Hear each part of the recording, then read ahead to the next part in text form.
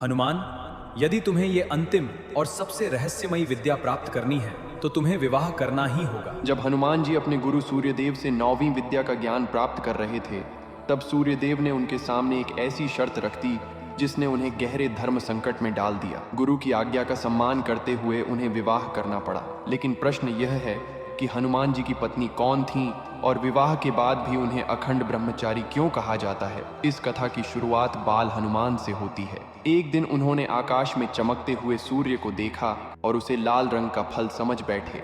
उस फल को पाने के लिए वे सीधे आकाश की ओर उड़ चले। यह दृश्य देखकर देवलोक में चिंता फैल गई। सूर्यदेव की रक्षा के लिए इंद्रदेव ने क्रोधित होकर अपने वज्र से हनुमान जी पर प्रहार कर दिया। वज्र का आघात लगते ही बाल हनुमान धरती पर गिर पड़े। अपने पुत्र को इस अवस्था में देखकर वायुदेव अत्यंत क्रोधित हो गए। उन्होंने समस्त संसार में वायु का संचार रोक दिया।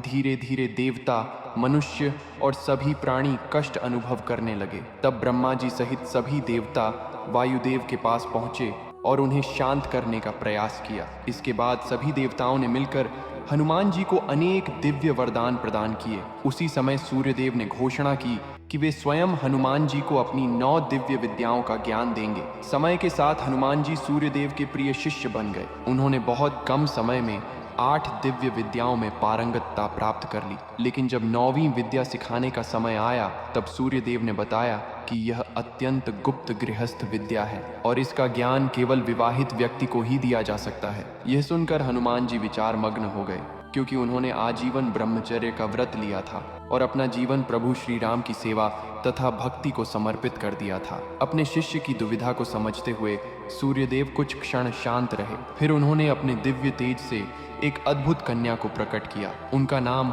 माता सुवर्चला था और उनका तेज सूर्य के समान प्रखर था। मान्यता है कि सूर्यदेव ने स्वयं हनुमान जी और माता सुवर्चला का विवाह संपन्न कराया। किंतु इस विवाह का रहस्य यहीं समाप्त नहीं होता। विवाह के पश्चात माता सुवर्चला तप में लीन हो गईं और हनुमान जी ने भी अपना संपूर्ण जीवन भक्ति, सेवा और ब्रह्मचर्य के मार्ग पर समर्पित कर दिया। यही कारण है कि विवाह होने के बावजूद हनुमान जी को आज भी अखंड ब्रह्मचारी के रूप में सम्मान दिया जाता है। इस अद्भुत घटना से जुड़ा एक प्रमाण आज भी देखने को मिलता है। तेलंगाना के खम्मम जिले के येलंदू में स्थित एक प्राचीन मंदिर, जिसे श्री सुवर्चला सहित हनुमान मंदिर के नाम से जाना जाता है। इस मंदिर के गर्भगृह में हनुमान जी और माता सुवर्चला की प्रतिमाएं एक साथ स्थापित हैं। यदि आपको हनुमान जी की यह अद्भुत कथा पसंद आई हो तो कमेंट में जय बजरंगबली अवश्य लिखें।